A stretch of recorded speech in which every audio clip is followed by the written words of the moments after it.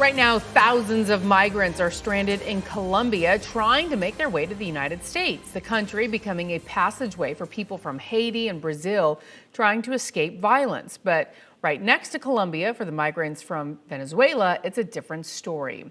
In their case, they are trying to escape poverty. Venezuela was once the wealthiest country in Latin America as it sits on top of one of the world's largest oil reserves. Yeah, over the past 2 decades, though, its economy has been crumbling, forcing more than 5.6 million to leave their homeland since 2014.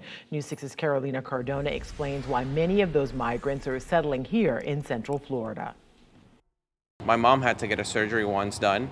If I wasn't here to be able to send the money to pay for that surgery, who knows what would have happened to her. 25-year-old Jose Gamboa made the difficult decision of leaving his parents and siblings behind in Venezuela in search of a better future. Sending them food, non-perishable supplies, things that they need to get in communication. Every day that I go out and I can go into a Publix and find the stuff that I need. I don't have to do a line for food, or I can go to a hospital and get treated.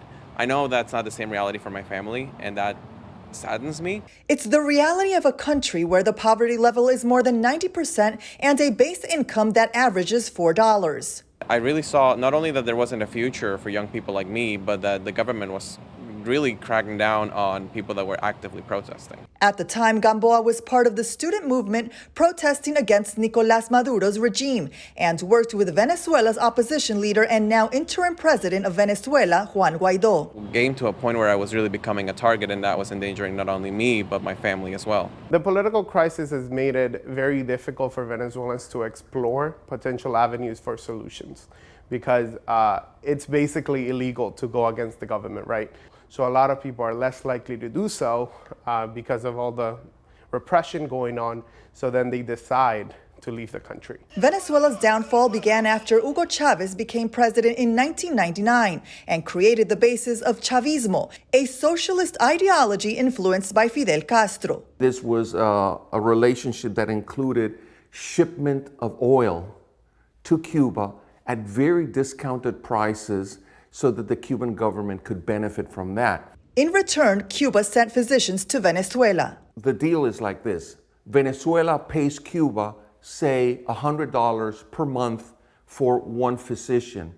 Cuba gets to keep 80% of that money. So that physician is, in a way, virtually a slave, and it is a form of flagrant exploitation. Venezuela's government system has led to a historic exodus of Venezuelans fleeing repression, poverty, shortage of medicine and food. The pandemic has actually made everything worse, and right now Venezuela is last when it comes to vaccinations across the hemisphere.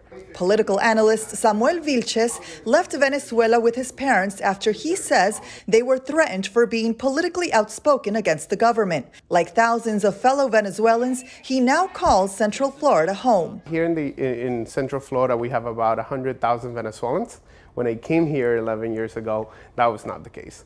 And it's very interesting to see the growth of the community. I do have faith that better times will come. I can't promise or tell that it will be tomorrow or next year or in the next 10 years. We've seen places like Cuba that have been in a dictatorship for over 60 years.